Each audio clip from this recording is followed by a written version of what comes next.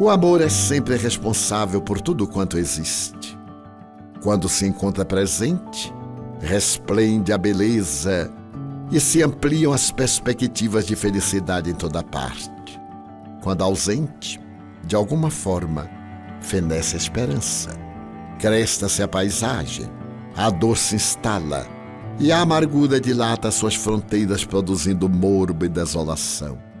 Isto porque o amor é Deus vibrando de contínuo em tudo e todos. O amor expressa-se através da claridade do sol, da brisa venturosa, do silêncio das vozes da natureza em festa, do sorriso da criança descuidada, da expressão de ternura do ancião, do olhar do artista, do braço forte do lutador, da aspiração do conquistador, do sacrifício do mártir, da esperança do servidor, da alegria que estua na alma de quem espera ternura e compreensão. É o amor que alimenta a noite daqueles que esperam, o silêncio dos que oram, a coragem dos que se entregam ao bem, a determinação de quem não cessa de lutar. Sem amor, a vida não tem sentido. As conquistas do amor são infinitas e eternas, porque direcionadas por Deus. Doa-te, pois, ao amor, especialmente àqueles que o não conhecem, tornando a terra menos árida de sentimentos, menos rude ao desenvolvimento da alegria, e sê tu quem poderá falar da felicidade de amar, mesmo que tenhas a taça do coração vazia de retribuição. Joana de Ângeles.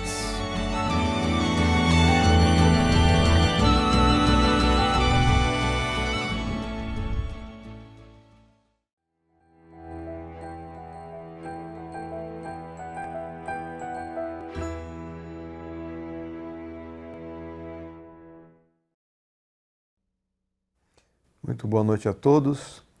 Estamos dando início nesse instante ao nosso Conversando sobre Espiritismo.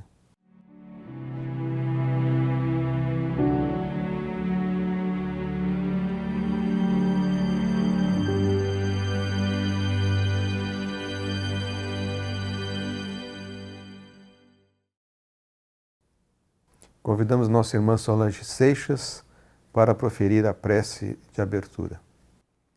Senhor e Mestre Jesus, ó Divino Pastor, Tu abrandaste com o Teu amor incondicional as carências humanas, trouxeste a luz que iluminava os caminhos para que não nos perdêssemos na escuridão das paixões.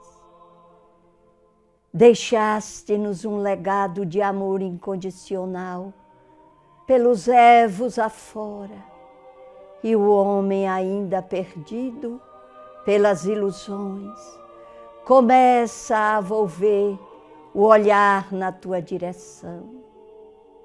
E assim, com a Tua ajuda e a Tua misericórdia, Senhor, encontramos através das balizas da doutrina espírita, um roteiro seguro para caminharmos, e através da generosidade dos Espíritos bons, o Pai chega até nós através de mensagens desses Espíritos que incondicionalmente amam a todos nós, estimulando-nos ao bem, conduzindo-nos à libertação, como a irmã Joana de Ângeles nos diz: Deus te ama e tu percebes, sua ternura te rocia a face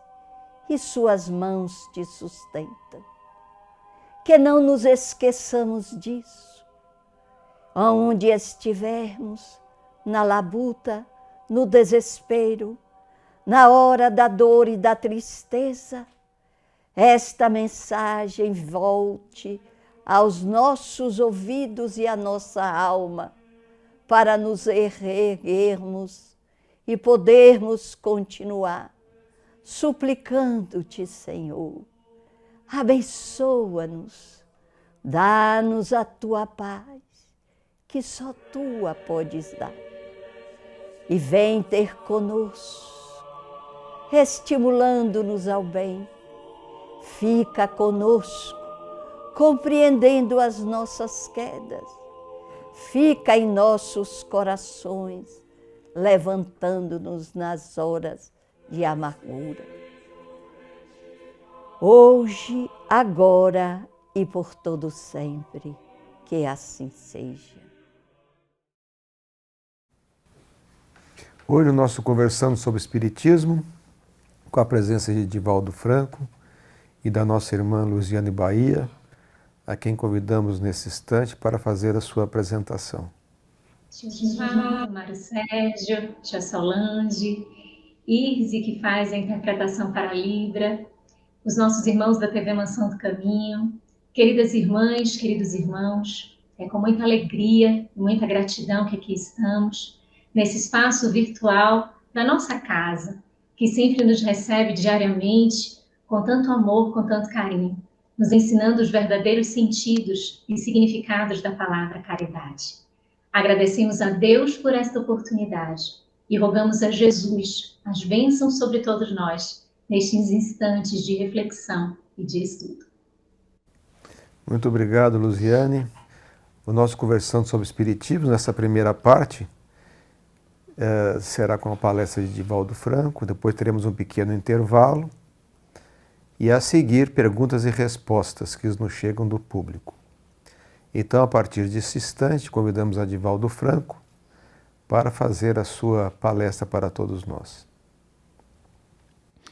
Senhoras, senhores, queridas irmãs, queridos irmãos espíritas, caras amigas, caros amigos que nos acompanham através da Web TV Mansão do Caminho, nossos votos de muita paz. Quando descobrimos a grandeza da doutrina espírita, nossa alma se floresce de soberanas alegrias. Fascinados pelo aroma sublime da verdade e conduzidos pela segura mão do Mestre de Nazaré, avançamos com tranquilidade e arrobo, imaginando que esse tesouro imenso que foi colocado nas mãos do nosso coração será indubitavelmente aquele que nos acompanhará imortalidade afora, cantando o hino da paz e do auxílio fraternal. Entretanto, com o passar do tempo, o entusiasmo se torna naturalidade. A esperança adquire um tom de normalidade também. E os sonhos convertem-se em esperanças remotas que já nos não fascinam, nem nos impulsionam com o mesmo vigor ao avanço.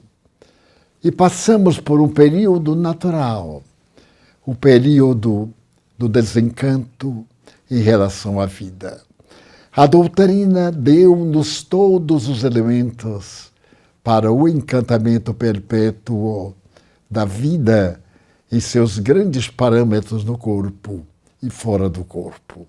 No entanto, as expectativas do coração, que acreditavam, sendo esta fase de renovação e grandeza, os céus nos renderão mercês e nos brindarão com dádivas inesperadas. Tornamo-nos quase credores de que, nesta fase especial da nossa vida, seríamos brindados, galardoados, com aquilo que o tipo comum nem sequer dá-se conta. E começamos os resmungos, os desencantos e até mesmo interrogações que já não deveriam ter lugar na nossa mente. Por que Sendo eu um espírita devotado, frequentador fiel das obrigações doutrinárias, trabalhador incansável, experimento as mesmas dores do materialista, do indivíduo comum da sociedade. Por que me não dão qualquer privilégio? Onde está a tese de que o bem atrai o bem e de que os espíritos nobres nos ajudam? Enfermidades, desafios financeiros, desencanto afetivo cercam-me os passos e me vejo tão frágil como um indivíduo qualquer. Então é muito comum perguntarmos uns aos outros: por que isto me sucede? E é natural que as pessoas que nos ouvem cataloguem as suas aflições e, com muita frequência, assinaladas pelas dores que a todos nos afligem, interroguem-nos: onde está a prometida esperança de que os guias interferirão em nossas mentes, nossas vidas, para melhor? Porque a mim me acontecem coisas inesperadas. Bem, também acontecem a outras pessoas. Mas eu sou espírita, tenho dedicado a minha vida à prática do bem e é claro que eu espero um retorno. Entendemos perfeitamente. É humano, é habitual. Isso faz parte do nosso instinto de conservação da vida, que gera o egoísmo e a sede de privilégios em detrimento das demais pessoas. É perfeitamente comum perguntarem-nos onde está a ajuda divina. Desde que eu me tornei espírita, as dificuldades até que parecem um pouco mais severas, e as dores mais constantes, e as ingratidões ainda mais penetrantes. Por que, Divaldo? Também eu tive o meu momento no passado, quando ainda reinava a maior soma de ignorância no meu esclarecimento, fazer-me essas perguntas. Elas fazem parte da nossa herança atávica da vida social. Nunca fomos tão abençoados desde o momento da nossa adesão à certeza da imortalidade da alma, como nesse momento de definição. Primeiro, a vida para nós estava limitada entre o período berço-túmulo. Para uns, o prêmio, o castigo. Para outros, o nada. Vem então o Espiritismo e diz: para nós, a continuidade dessa existência que não começou no berço. Ela vem desde os remotos ângulos do infinito e vai dirigir-se até os grandes arquétipos da imortalidade. Isso nos dá uma alegria plena, primeiro porque elimina o maior inimigo da vida, que é a morte. O Espiritismo mata o aniquilamento da vida e oferece a continuidade esplendorosa do viver, tal e qual acontecia conosco antes. É uma questão de indumentária. Nós, com a indumentária, para descer ao fundo das águas, carregamos o peso. Temos uma visão limitada, no máximo 90 graus. Mas quando tiramos o escafandro, o peso dos metais e das borrachas que nos fazem descer à profundidade das águas, há uma leveza, que é exatamente a paisagem além das águas. Qual ocorre a borboleta que se liberta do inseto rastejante e pegajoso que se fixa na árvore e depois das transformações moleculares pode voar tranquilamente por um breve período. A vida é o que se encontra estabelecido pelos nossos atos anteriores. Sejamos espíritas ou não, esses fenômenos ocorrem como efeito de uma causa que está produzindo consequências. O que se dá é a maneira como os encaramos. É a forma de nós recebermos essas manifestações dolorosas ou abençoadas.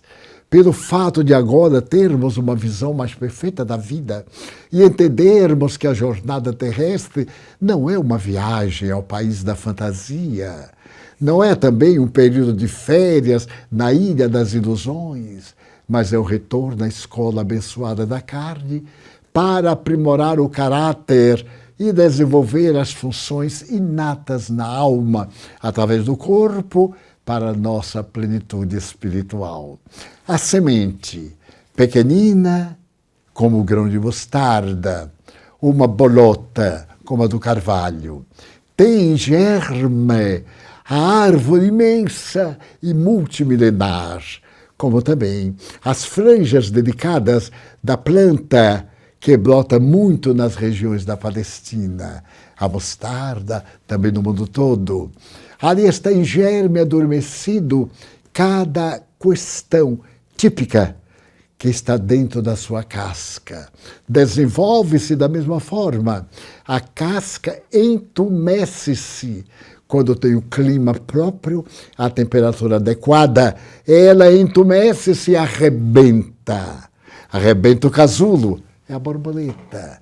E então ali nasce a planta que se torna vigorosa e se vai transformar em abençoado reduto de vida, quais as grandes árvores dos Estados Unidos, na sua apresentação já milenar, experimentando os imensos desafios da vida. Então, o que ocorre?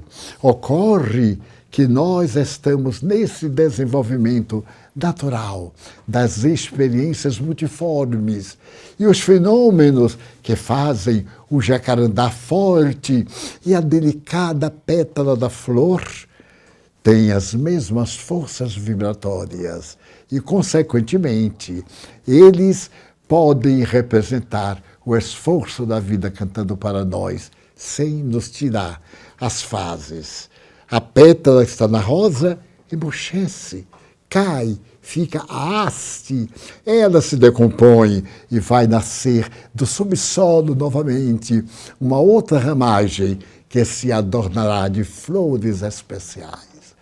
Então não há por que reclamar daquilo que consideramos insucesso, agonias, mas de bem dizer ter acontecido quando estamos com maturidade para compreender.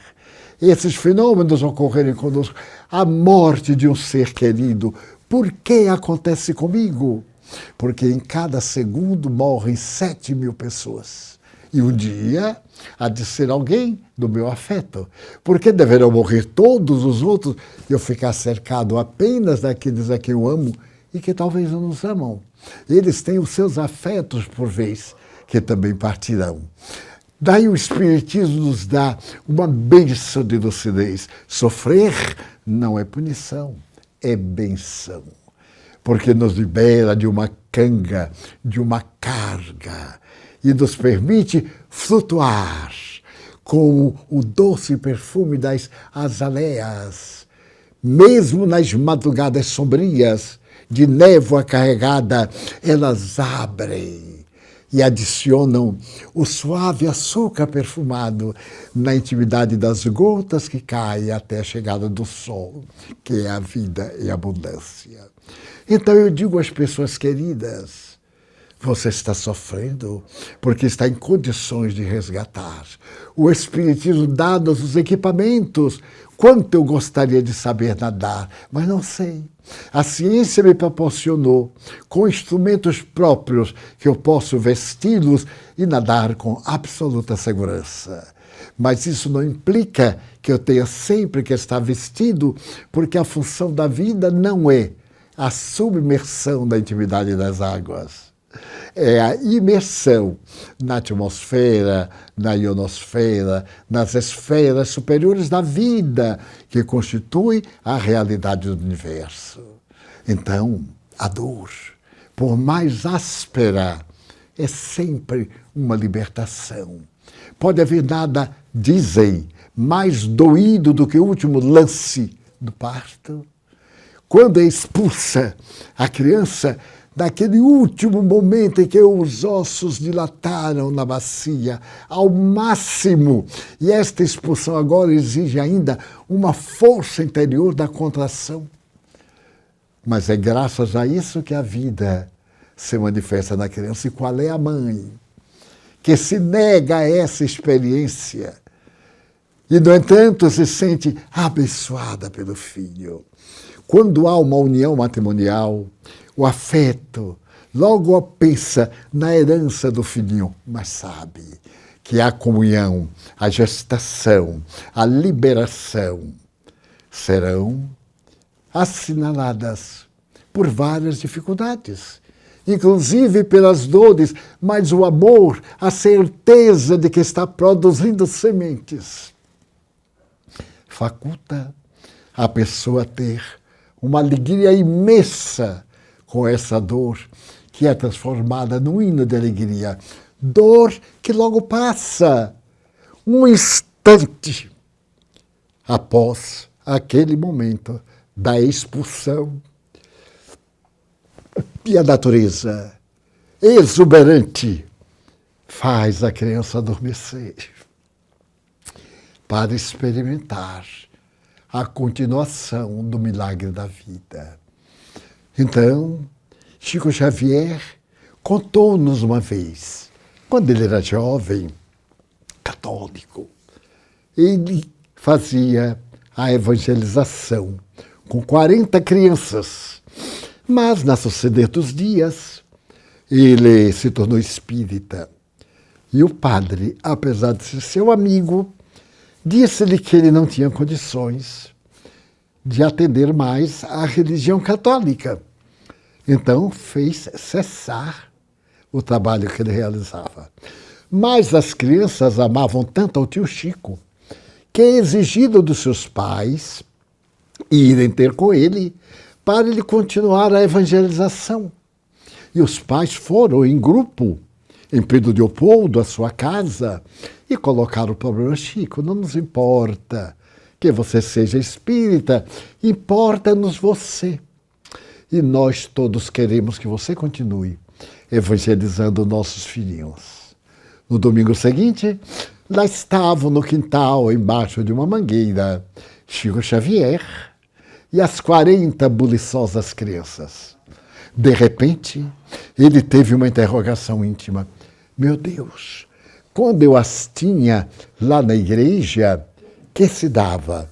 Dava-se que, imediatamente, depois de um pequeno intervalo, nós fornecíamos alimento, fornecíamos um alimento, uma merenda.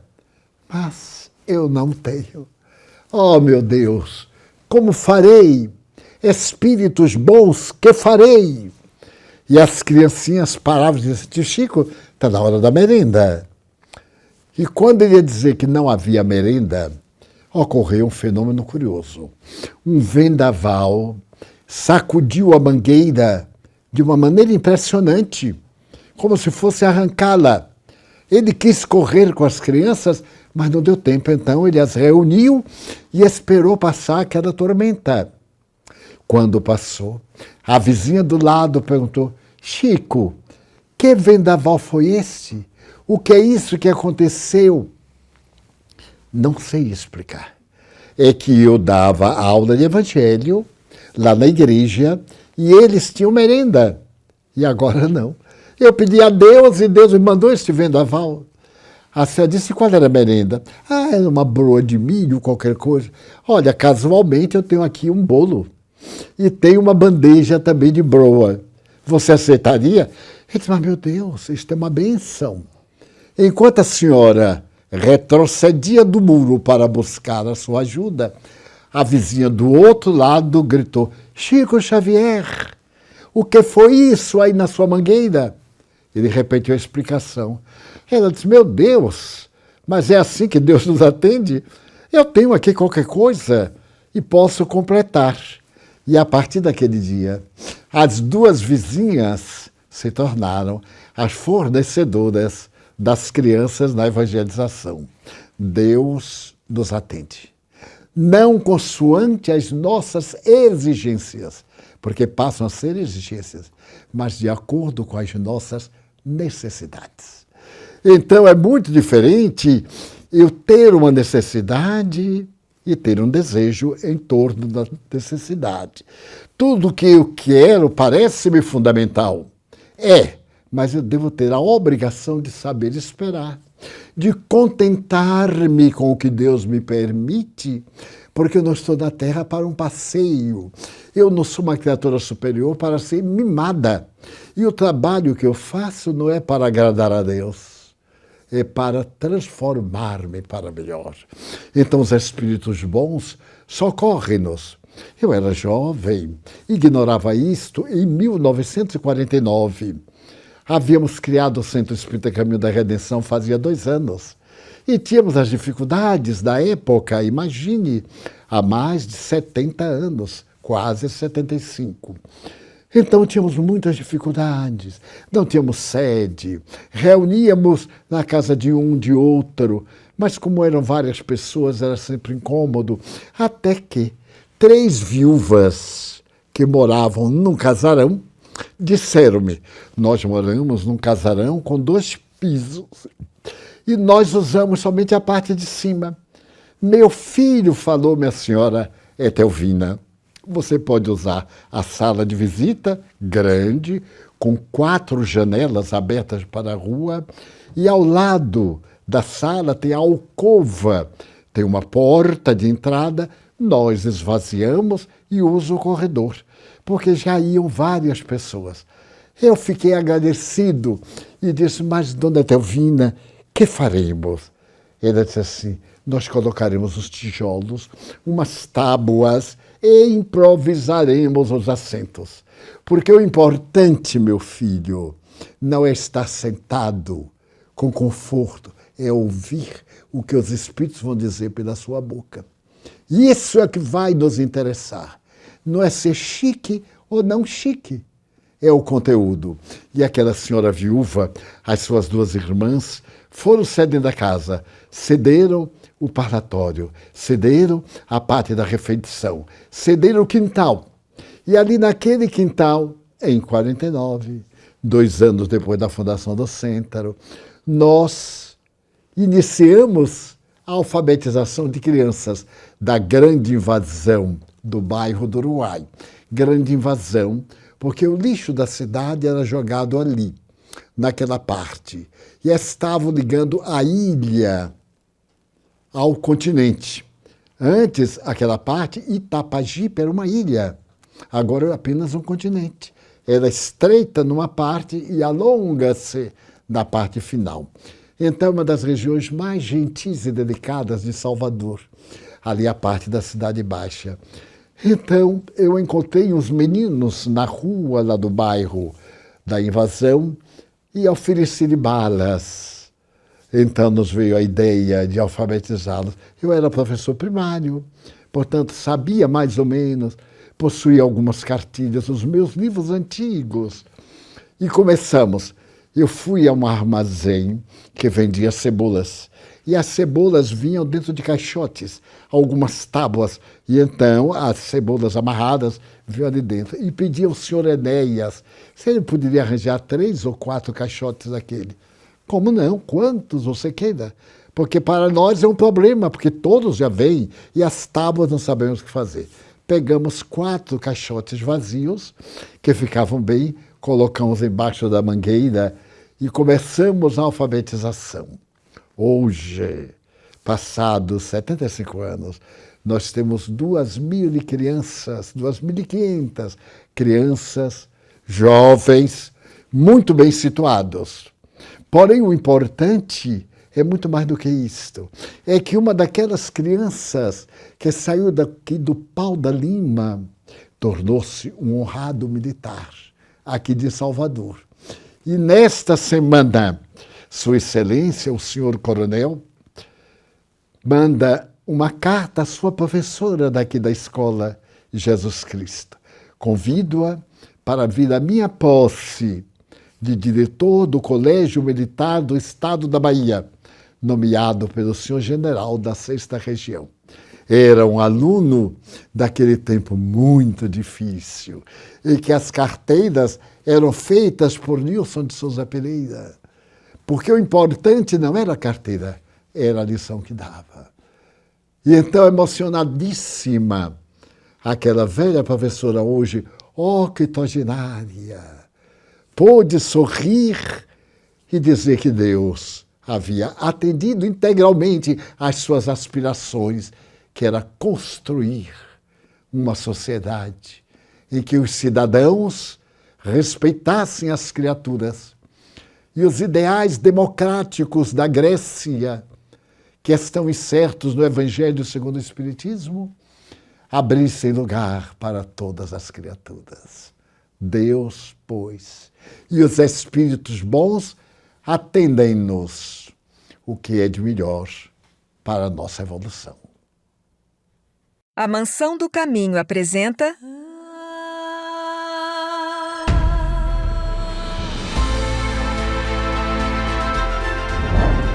Em todas as épocas, desde aquelas nas quais o princípio inteligente iniciou o seu processo de crescimento, encontrou outros seres que se caracterizaram pela ferocidade e percepções elevadas da vida.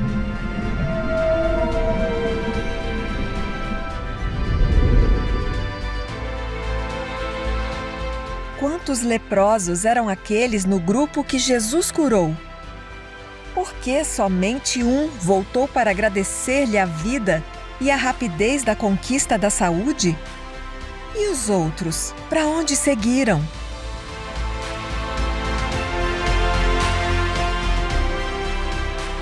A ressurreição de Jesus é o mais belo testemunho de amor e de sua gratidão aos que lhe assassinaram o corpo, pois que se não tivesse havido a morte, não se teria a gloriosa ressurreição.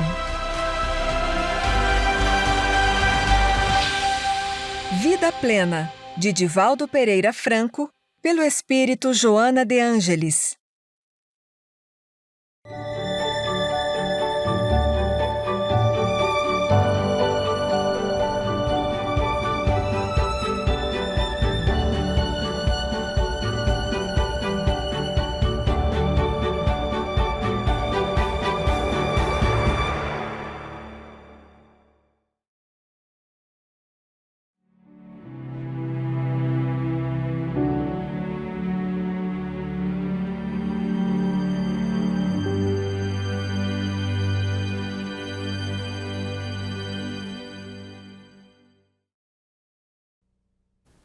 Vamos dar início agora, então, à resposta das perguntas que nos foram formuladas durante a preleção do Divaldo. E vamos começar com você, então, Luziane, pode ser? Muito bem. Então vamos lá, a primeira pergunta que nos chega de Kerlis. Qual deve ser o nosso maior esforço para entregarmos aos mais jovens um mundo melhor? O esforço da dedicação e da perseverança em nome dos valores que sabemos serem os melhores. Fiéis à verdade, honestos e comprometidos com aquilo que sabemos, que temos a certeza que é o bem que desejamos para este mundo. A juventude, o espírito nesta fase, experimenta o despertar da sua própria história, da sua bagagem, já não está mais em latência. E por isso as turbulências, os questionamentos, as dúvidas. Se nós temos a oportunidade de vivenciarmos aquilo que nós sabemos teoricamente, de nos esforçarmos para deixarmos a estes jovens valores como o trabalho, o devotamento, a perseverança, o amor, a caridade, a fraternidade, vamos imprimindo nestes corações juvenis, repletos de esperança, exemplos nos quais eles podem se fincar, vincularem-se, para que assim possam nutrir nos seus próprios atos comportamentos benéficos. Se nós construímos um mundo íntimo melhor, deixamos um mundo melhor para os nossos jovens. Divaldo, você poderia comentar a respeito da simbologia de Jung, a respeito dos sonhos, sob a ótica da doutrina espírita? O pensamento junguiano a respeito dos sonhos é muito complexo, à semelhança das interpretações freudianas e de quaisquer psicanalistas, porque vem do oceano imenso do nosso inconsciente profundo. Aliás, foi Jung que teve a ideia de que abaixo do subconsciente, chamado por Freud inconsciente, havia ainda um depósito tão grande. Como disse Jung, quando a gente vê um iceberg, aquela montanha de gelo, a gente vê apenas 95%, ou melhor, a gente vê apenas 5% de toda a peça global. 95% estão escondidos. Então, é quase o infinito em relação ao finito. Este nosso inconsciente é detectado apenas uma ponta. Quando nós adormecemos, os neurônios começam a trabalhar, eles mudam de função, que é a função de estarmos lúcidos ou de estarmos em sono, e o inconsciente vai liberando as suas impressões. Impressões de hoje que podem ser arquetípicas. A palavra arquétipo é formada de duas palavras gregas, arqués, tipoi. Arqués, antigas. Tipoi, informações, tipos, representações, de imagens antigas. Então, essas imagens antigas podem ser desta reencarnação e podem ser as primárias, como nós vimos agora aqui na apresentação dos conhecimentos, de que se formou o universo de uma partícula primitiva, que é a essência do universo, que é a vida em si mesma. Então, a interpretação é bastante complexa. Jung procurava demonstrar que o sonho também é uma advertência para nós. Aquelas imagens que estão retidas em nosso inconsciente, se não são boas, podem nos perturbar. E elas emergem do inconsciente como pesadelos. Imagens perturbadoras, um boi que nos persegue e na hora que nos vai pegar, nós acordamos quase sem fôlego. Então são os sonhos recorrentes. E eles são resultados de dramas que trazemos do passado. Também são imagens frustrantes, imagens terríveis da nossa infância. Aquele pai tremendo que vai diante da criança para surrá-la.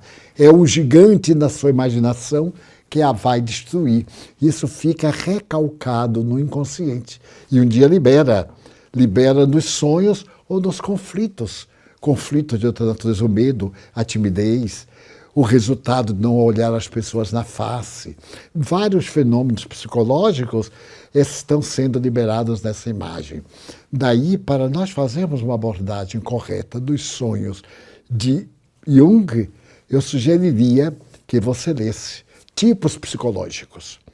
Porque dos tipos psicológicos de Jung, você vai encontrar as variações. Mas não espere encontrar, como desejamos, um livro que explica, sonhou com dente cariado é morte, sonhou com isso é casamento. Não, isso é para a interpretação dos sonhos que nós encontramos no mercado. São coisas muito profundas do ser que nós somos. E, na maioria das vezes, aqueles que mais nos impressionaram e deixaram marcas. Portanto, tipos antigos presos em nossa consciência. Muito bem. Luziane, uma pergunta de Ricardo. Se Deus existe, por que Ele permite tanto sofrimento e provas difíceis de suportar? Deus nos concede a vida e nos permite o exercício do livre-arbítrio. Dádiva de termos a oportunidade de construirmos o nosso próprio destino, executando as nossas ações e colhendo os efeitos das nossas escolhas. A permissão de Deus é a permissão de vivermos, de sabermos, discernindo nas experiências o que é certo e o que é errado. O sofrimento, as provas difíceis, advém os sofrimentos como aspectos emocionais, que são consequência daquilo que atravessamos como desafios necessários para o nosso aprimoramento. Se escolhemos de forma equivocada, num passado distante, causas anteriores das aflições, num passado mais recente, causas atuais das aflições, nós temos as experiências que não são punitivas, são educativas, são reestruturadoras, são para que nós nos equilibremos novamente e façamos as pazes com a nossa própria consciência, que nela está inscrita a lei de Deus. Então, estes sofrimentos advêm muito com a nossa carga diante daquilo que vivenciamos como experiência necessária de burilamento. A nossa reclamação, a nossa blasfêmia, as nossas dificuldades que imprimimos ao atravessarmos as experiências, acarretamos para nós sofrimentos. Não pertence a Deus, não é algo que seja colocado como imposição ou como punição. As provas são verdadeiras alavancas, impulsionadoras, para que avancemos sobre nós mesmos, para que não fiquemos no ostracismo, na acomodação, para que sejamos desafiados. São desafios que encontramos na jornada abençoada desta vida, que é dádiva de Deus e que Ele nos concede. Diante de tudo que o circunda, que é o amor, Ele nos concede essas oportunidades. Então, Deus permite que nós vivamos as experiências e, através das nossas escolhas, aprendamos, dentro das consequências, aquilo que devemos repetir e aquilo que não mais deveríamos fazer. Divaldo, uma pergunta que nos chega aqui de Dalva, que diz exatamente o seguinte: no capítulo 2 das manifestações físicas e mesas girantes do Livro dos Médiuns, Kardec fala que o número dos cooperadores em nada influi, a não ser que entre eles se encontrem alguns médiuns ainda ignorados. O que ele quis dizer com isto? Ele quis dizer que o fenômeno independe do número de pessoas.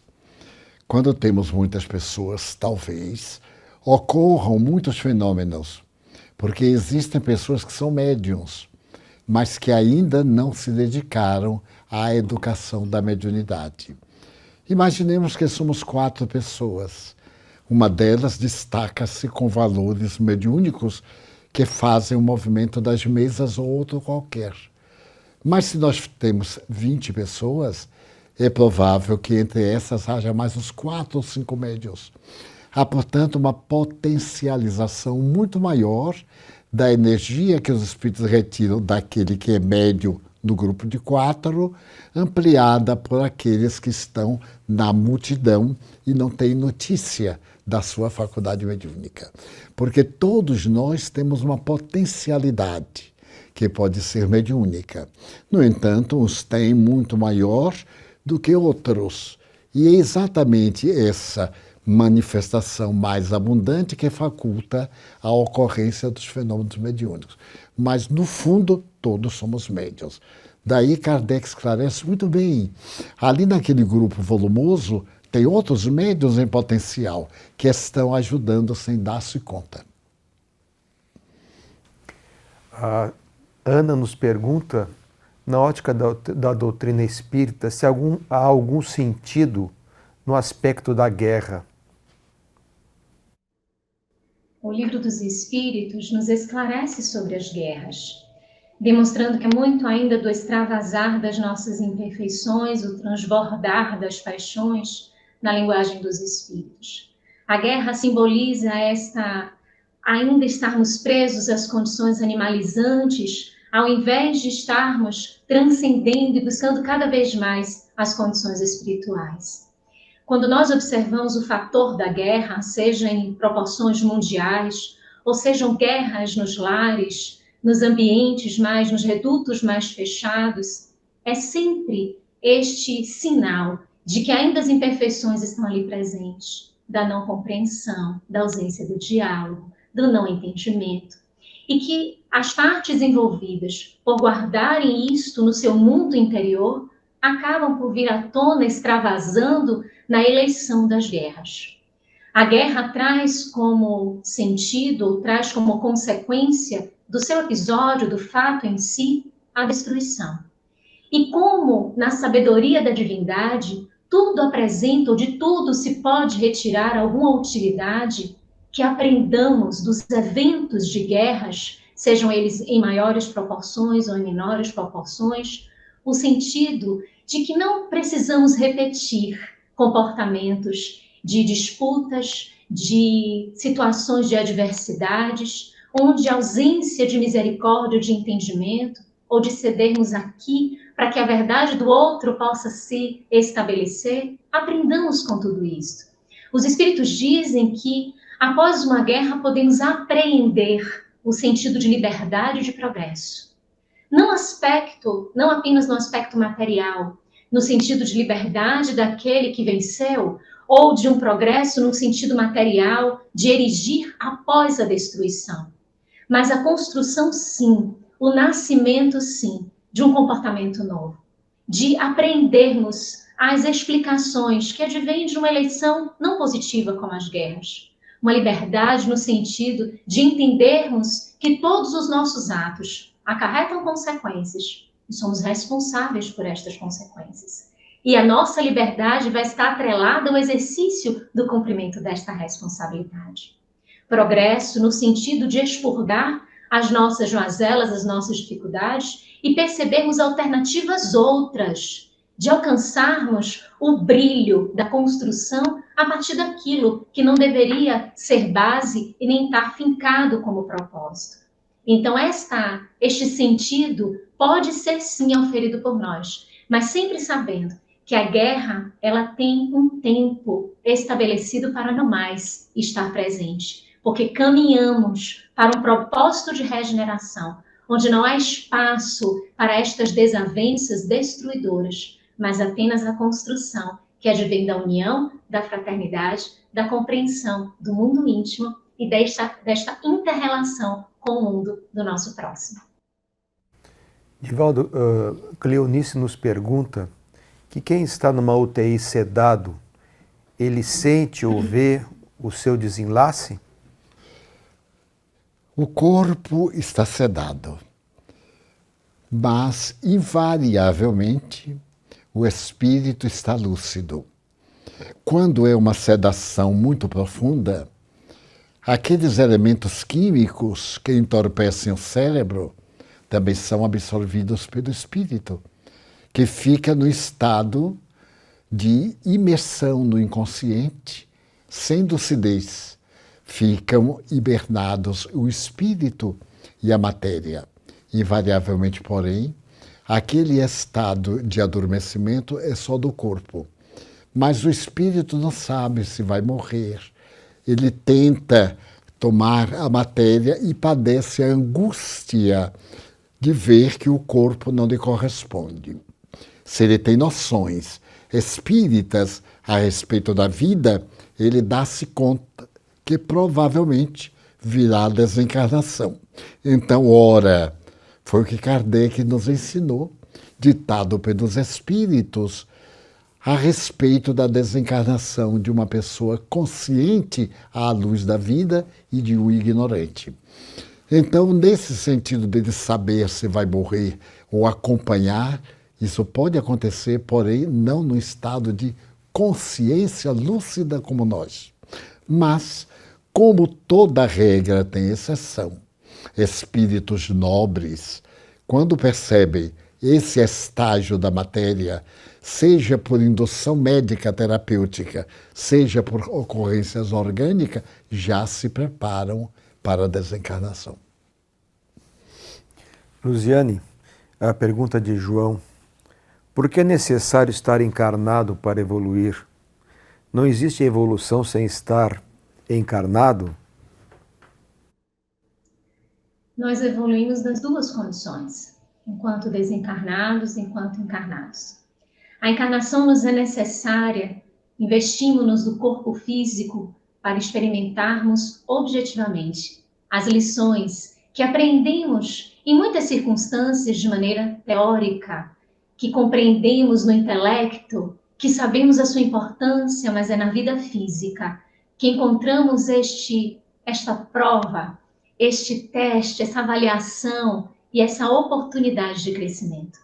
A questão 132 do Livro dos Espíritos, Kardec pergunta: qual o fim, qual o objetivo da encarnação? Os Espíritos respondem: o alcance da perfeição. Para uns, missão, para outros, expiação. E divinamente os espíritos, no desenvolvimento dessa resposta, eles dizem que também nós encarnamos para alcançarmos aquilo que nos cabe no contexto da criação. Isso é tão lindo, meus irmãos. A cada vinda, a cada mergulho no corpo físico, vamos desenvolvendo esse conceito de sentirmos a vida nas relações, no envolvimento, entendendo naquele propósito da carne ali atrelados como alma, como espíritos encarnados, a objetividade desses conceitos e termos a oportunidade de retirarmos da subjetividade e vivenciarmos na prática. O convite da encarnação é um convite vivencial. É de olharmos o nosso corpo físico como um instrumento salutar para as conquistas que nós temos de empreender. Às vezes, nós pensamos que o corpo físico, ao estarmos encarnado, tem um quê de tentação, de provocação, de situações que não são muito positivas por causa do peso do corpo, da influência que o organismo exerce sobre o espírito. Mas a oportunidade de estarmos encarnados é a oportunidade de redenção. Através do corpo, temos esta faceta do desenvolvimento das habilidades. A cada retorno ao plano espiritual, prestamos conta daquilo que realizamos, vivenciamos, fazemos um balanço e depois volvemos para novamente, nascendo de novo, numa nova chance e oportunidade, abrigarmos, amealharmos conceitos que transcendem do aspecto teórico e adentram o arcabouço vivencial. Assim nós vamos construindo a nossa história, vamos construindo o nosso eu, saindo da simplicidade e ignorância para o alcance da angelitude. Divaldo, Glaucia nos pergunta se você poderia nos falar um pouco da sua experiência com o Dr. Bernd Siegel. A nossa experiência com este notável cancerologista americano, que é médico, mestre em Yale, foi muito interessante. Eu havia lido um livro dele, Medicina, Amor e Milagres. Depois eu li uma série e fiquei fascinado pela grandeza da sua metodologia terapêutica, que era a do autoencontro. E nas minhas conferências pelos Estados Unidos e mesmo fora, eu sempre me referi à excelência dos seus livros, indicando-os e também da criatura humana que ele era. Um médico amigo nosso em New York falou-me que era muito amigo dele e que ia contar a minha admiração sobre ele e também o meu trabalho. Para ser mais sintético, ele ficou muito interessado e a Universidade de Yale programou um seminário conosco. Eu fui um dia antes para conhecê-lo e me fascinou este homem galardoado, que é uma autoridade em câncer infantil. Tinha um lar dedicado aos animais. Ele chegou a dizer, não repare se aí ia encontrar qualquer coisa, porque aqui é a casa dos gatos, dos cachorros, dos abandonados. E eu devo muito a um desses gatos, porque ele desapareceu. Desapareceu e nós, minha mulher e eu, ficamos aturdidos. Então telefonamos, ele estava lá, no lado leste dos Estados Unidos. Telefonamos a uma médium que estava na Califórnia, e ela dizia onde estavam pessoas perdidas. Eu não acreditava, era claro. A nossa cultura em Yale é materialista, é mecanicista. E então ela cobrava $50. Eu paguei os $50 e no dia seguinte ela me disse, o gato está na cidade X, na esquina das ruas Y com Z. Pode ir tranquilamente. Eu fiquei interessado, porque eu nunca tinha ido àquela cidade próxima, passava sempre pela grande estrada e nunca me dei conta se tinha essas ruas. Peguei o automóvel com minha mulher e fomos através do guia até o lugar. Exatamente onde ela falou estava o gato. E então eu comecei a me interessar por esses fenômenos, porque era algo extraordinário. Nós ali da região nem dávamos valor a essa cidadezinha que era uma aldeia. Daí por diante eu conheci Elizabeth Kubler-Ross, a grande estudiosa dos fenômenos da morte. E um dia ela fez um seminário e eu fui somente para ver. Ela pediu que fizéssemos um desenho e eu fiz um desenho. Na hora que eu entreguei o desenho, ela disse: olha, que vai ter uma grande mudança na sua vida. Eu estou vendo aqui seu guia espiritual, que se chama Charles. Eu então sorri, que devia ser uma farsante, porque Charles é um nome tão popular, etc. E ela me descreveu o Charles como era. Mas, de qualquer forma, embora eu não acreditasse e supusesse que ela dizia mais ou menos a mesma coisa a todos, eu fiquei impressionado com a sua segurança moral. Era um seminário pago, como todos aqui nos Estados Unidos. Dias depois, eu proferi uma conferência e uma amiga minha me disse: olha, Barney, você hoje ultrapassou, você é um bom conferencista, mas hoje eu vi alguém e descreveu ao seu lado. Olha, eu não acredito nessas coisas, mas ele me disse: diga ao Barney que eu sou Charles. Eu digo: mas deve ser alguma enviada lá da Kübler-Ross. E assim os fatos se deram de tal forma que realmente eu mudei completamente. No meu desenho eu havia feito um barco e uma pessoa. E ela disse que eu ia ser transportado. Hoje eu sou espiritualista. E gostaria de saber como é o espiritualismo. Eu corrigi a frase, dizendo como era o espiritismo, como é que nós praticávamos. Porque ele deveria fazer uma abordagem da saúde do ponto de vista terapêutico clássico da medicina. E eu deveria fazer o mesmo tema do ponto de vista espírita, com as suas terapêuticas. Em toda uma tarde, entre 13 a 18 horas, nós tivemos. Ele fez uma conferência, eu fiz outra. Ele atendeu ao debate com o público, eu atendi outra. E, no fim, ambos tivemos um debate em comum. E ele ficou profundamente sensibilizado. Ele já escreveu 2 livros depois disso, mas ainda não estão traduzidos ao português. Mas foi algo extraordinário por se tratar de um homem que percorreu o materialismo durante mais de 60 anos e abraçou a imortalidade da alma através dos fatos. Luziane, uma pergunta aqui de Rosalvo. Como se justificam coisas como o Holocausto, a escravidão de povos, as guerras e outras infelicidades coletivas em nosso mundo? São ainda os nossos excessos, ainda são a representatividade daquilo que trazemos em nós. Quando o ser humano observa o diferente, imagina que o diferente significa um destaque de supremacia ou de escalonamento. O diferente simplesmente é diferente. Nós somos diferentes. A diversidade constrói e traz a oportunidade do crescimento, porque aquilo que eu não tenho, não abrigo, o outro tem como contribuição. E aquilo que o outro não tem, eu posso ter. E somando esses valores, temos uma edificação mais sólida, mais construtiva. Mas ainda, infelizmente, diante das diferenças, identificando alguns pontos, estabelecendo algumas bases equivocadas de supremacia, de destaque, de poder, de privilégios, o homem ainda vive a ausência da fraternidade. Mas, como dissemos no comentário anterior, tudo isso vai partindo em retirada. Ainda vimos com muita veemência, porque são os expurgar, é o expurgar desses últimos instantes, dessa transição que nós estamos vivendo, esse apagar de uma história, de um contexto para a luz que se acende em nome do Evangelho do nosso Senhor Jesus Cristo. O Holocausto, as guerras, a escravidão, são a exteriorização destas nossas imperfeições.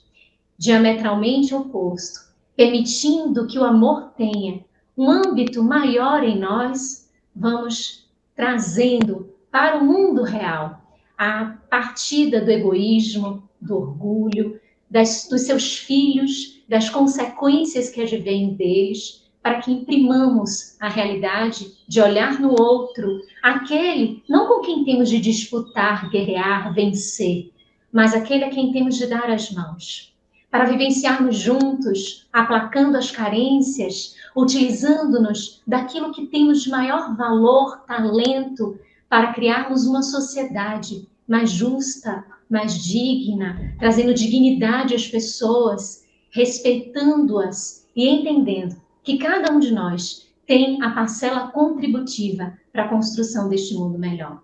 Então, Então, todas estas paisagens que ainda vicejam, ainda são a expressão desse nosso mundo íntimo. Mas à medida que vamos decidindo de maneira diferente, as atitudes sendo diferentes, as consequências vão se apresentando num panorama de amor, de fraternidade, e vamos vencendo todo esse painel que ainda viceja no nosso contexto permanente. Muito obrigado, Luziane, pela sua participação. Chegamos ao término do nosso Conversando sobre Espiritismo do dia de hoje e estamos convidando você para que se despeça dos nossos internautas. Tio Divaldo, Mário Sérgio, tia Solange, amigos da TV Mansão do Caminho, Irze, todos vocês, queridos irmãos e irmãs que estiveram aqui, que deixaram suas mensagens, comentários, a nossa mais sincera gratidão. Gostaríamos de deixar como mensagem um pensamento trazido pelo Espírito Joana de Ângeles, no seu mais recente livro, Vida Plena. No capítulo 8º, em que ela intitula Paisagem Mental, ela traz uma singela frase, que diz, ser simples. É um convite da benfeitora para que identifiquemos a simplicidade nas ações, nos gestos, não tragamos complexidades, mas vivamos a simplicidade do Evangelho do nosso Senhor Jesus Cristo. Um abraço a todos, gratidão imensa e até uma nova oportunidade. Muito obrigado, Luziane, pela sua participação no nosso Conversando Espiritismo nesta noite. Agradecemos imensamente as respostas que foram muito elucidativas para os nossos internautas. Agradecemos aqui a presença da professora Solange, de Divaldo Franco, da doutora Piedade, dos nossos amigos Enio e Jaque, Laudelina e Gisele Riso e a equipe da TV Web Mansão do Caminho, o Sérgio e o Júnior. E também a nossa tradutora de Libras, Isiane. Muito obrigado a todos pela participação, uma boa noite e que Jesus permaneça conosco hoje e por todo sempre.